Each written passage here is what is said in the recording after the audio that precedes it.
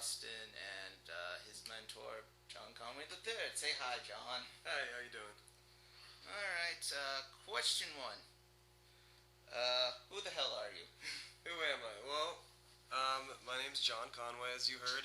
I started kind of down here in South Florida, born and raised, and moved up to Atlanta to learn, media arts and all this kind of stuff. Got involved in animation.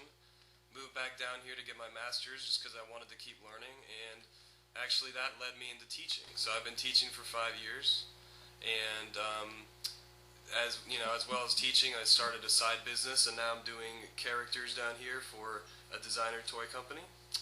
And it's a lot of fun. It's not a big market in South Florida, but like I said, I'm from here, so I kind of decided to stay and find my own niche in this industry. So Alright. that's me in a nutshell. Alright. Question two. What inspired you to be an animator? Great question. When I was growing up, my mom always had the artistic ability in her side of the family, and she always wanted to be an animator herself. So she kind of taught me how to draw at a young age and would show me,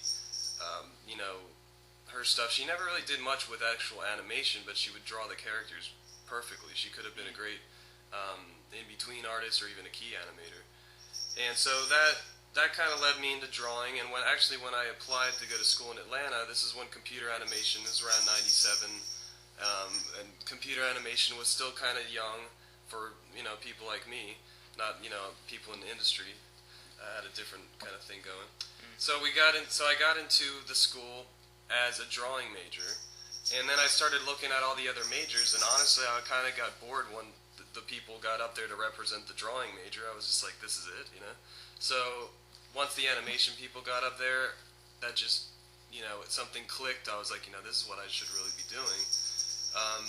And the best part was I never had done it, so it was like a new thing, and it wasn't just, a matter of going in there and exercising what I knew. It was about learning more things, and that's kind of what my whole thing, my philosophy nowadays is like, there's all kinds of new technologies, there are all new methods out there, so you really shouldn't just stick with one thing and just do that. You should, take that one thing maybe and develop it in another area, because there's just so much to do now.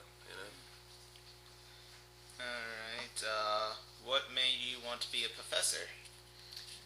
Alright, well, honestly, I didn't want to at first. I didn't really strive. That wasn't what I strived to do at a school. I tried working down here as a graphic artist. I didn't market myself as an animator, and tried working freelance for like 6 months out of school, and just was like, I'm never gonna make a living like this, because I don't have enough establishment in the business. And I started applying all at other studios, and all of them were saying, you need this much experience and this and that. So it was kind of discouraging, right out of school. I went to graduate school kind of just to keep learning. And then people were like, well, why don't you fall back on teaching and do that for a little while? And I thought about it. I was kind of reluctant, but they're like, you get paid to talk about what you love all day long and show it to other people. And, once they kind of talked about it more, I said, all right, I'll give it a shot. So I tried it. I did like 2 classes my first semester, and I was petrified of talking in front of groups. I hated it, and it kind of opened that up to me. It made me face that fear, and also, right now I like it because if I didn't get out there and socialize with young people doing this stuff, I wouldn't know who my competition is, and I also get a lot of inspiration from them. So the teaching thing was kind of an accident, but it turned out to be a blessing in disguise, because it's a great way for me, like I said, to hook up with these young talented artists, and kind of, we all feed off each other for inspiration. So. Alright. Do you see me going down a career path as yours? Could I make a decent living that way? Yeah, I mean, you're not gonna make millions of dollars, doing this stuff right off the bat, but with the internet and the way people are exchanging information now, it's like you don't have to have a blockbuster movie to get your name out there, and like these big movie companies did for years.